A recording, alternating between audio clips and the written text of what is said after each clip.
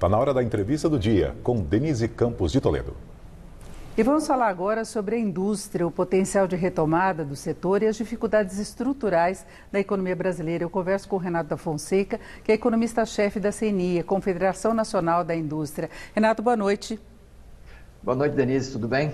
Bom, Renato, nós tivemos nesta semana, de um lado, a confirmação do PIB em expansão, com expansão inclusive do setor industrial brasileiro, todos os setores positivos, e em seguida tivemos a divulgação dos dados do IBGE, que mostraram uma queda da produção. E aí foi o terceiro mês consecutivo de queda da produção. Eu queria saber como é que a CNI está avaliando a retomada do setor. A gente já sabe que antes da pandemia já tinha uma certa dificuldade, mas de acordo com o IBGE, a produção teria voltado a um patamar abaixo do pré-pandemia.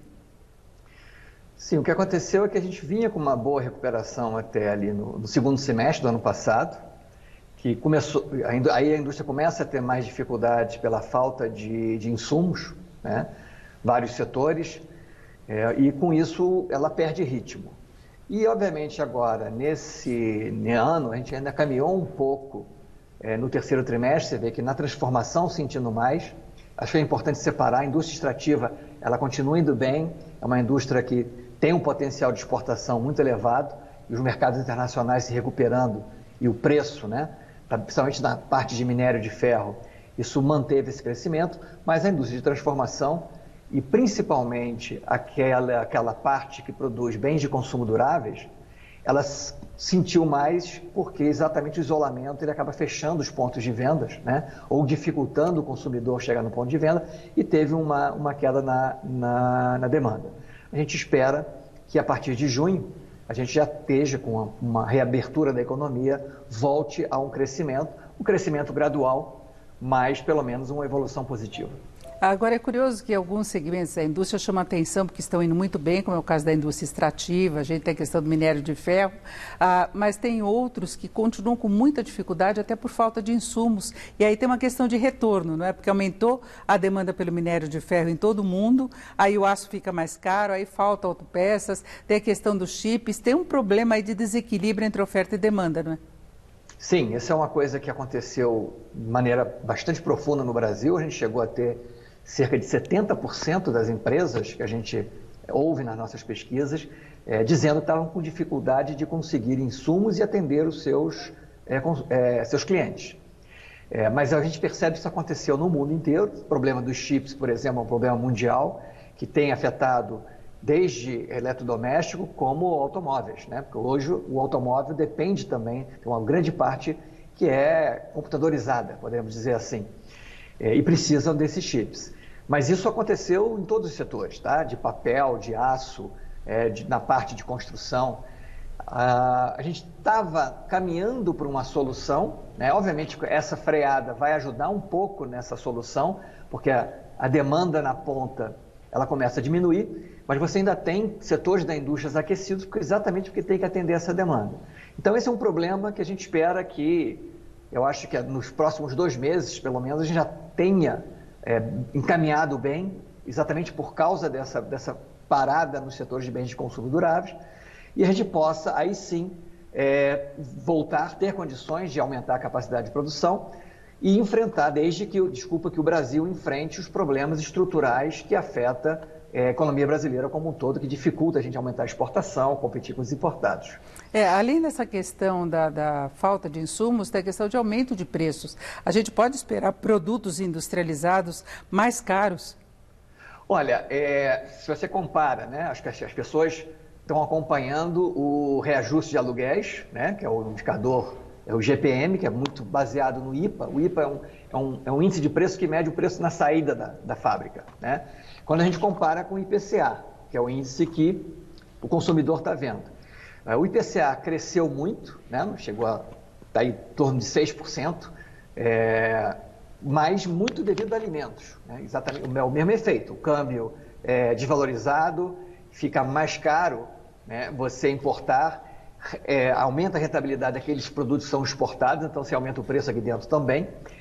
Mas o setor industrial ele não conseguiu fazer esse repasse, até pela pequena demanda, né, pela recuperação lenta da crise.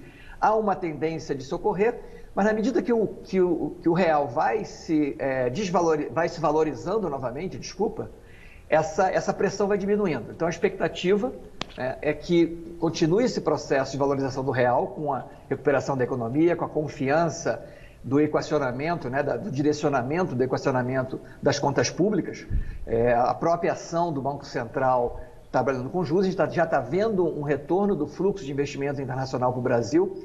Com isso, a gente espera que não tenha um efeito sobre os bens dos produtos finais industrializados muito grande. Mas há, nesse momento, sim, uma pressão, porque os custos subiram muito mais que os preços dos produtos que são vendidos para o comércio em geral. Agora, Renato, você falava das questões estruturais da economia brasileira e agora nós temos um fator de risco adicional, pelo menos no curto prazo, que é a questão energética e hídrica. Baixo nível de reservatórios, já tivemos elevação do custo de energia, há risco de apagões, embora se tente trabalhar para evitar que isso aconteça, algum tipo de racionamento, mas é uma realidade que se coloca. Isso pode afetar muito a indústria também, não é? Sim, um dos grandes problemas hoje da indústria brasileira é o custo da energia. Tá? Um outro, envolvido também na questão de infraestrutura, é o custo de logística, de transporte no país.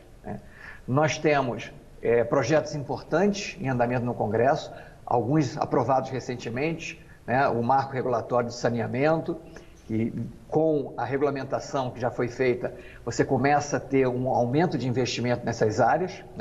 Houve uma demanda muito forte no Amapá, por exemplo, e no Rio de Janeiro também.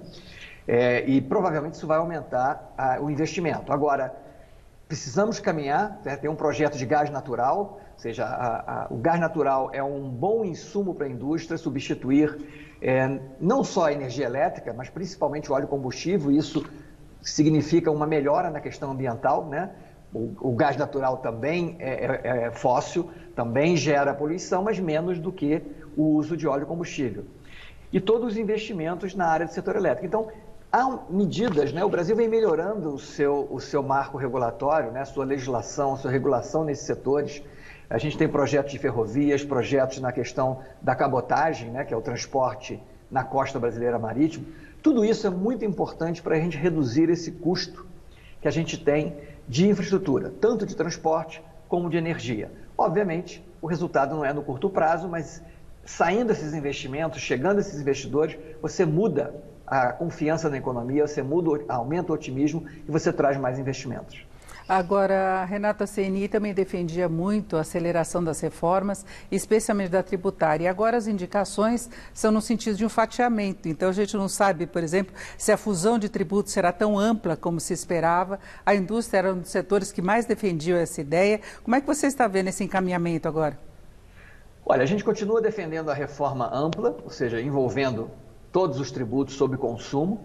A gente tem essa divisão de tarefas entre o Senado, que vai caminhar com a PEC 110, basicamente com o relatório, que saiu da comissão mista, e você tem a Câmara trabalhando naquela proposta que veio do governo, que só reúne PIS/COFINS, que também é uma boa proposta. O problema é que ela não envolve ICMS, não envolve ISS, ou seja, grande parte dos problemas ficariam de fora. Mas a gente acredita que ainda há a possibilidade dessas duas propostas, ao caminharem em duas casas diferentes, elas se juntarem em algum ponto. E a gente conseguir uma aprovação da proposta de reforma ampla, de modo que a gente atinge todos os impostos sobre consumo, tirando a cumulatividade, que é o problema que tem principalmente aqueles setores de cadeias mais longas. Ou seja, você fica um resíduo tributário que você dificulta a competição, ou seja, o importado chega mais barato, que ele só paga tributo numa fase, que é a fase final, e na hora de exportar você acaba exportando tributo. Por isso que a nossa defesa dessa reforma ampla, que é essencial para recuperar a competitividade do Brasil, principalmente da indústria brasileira.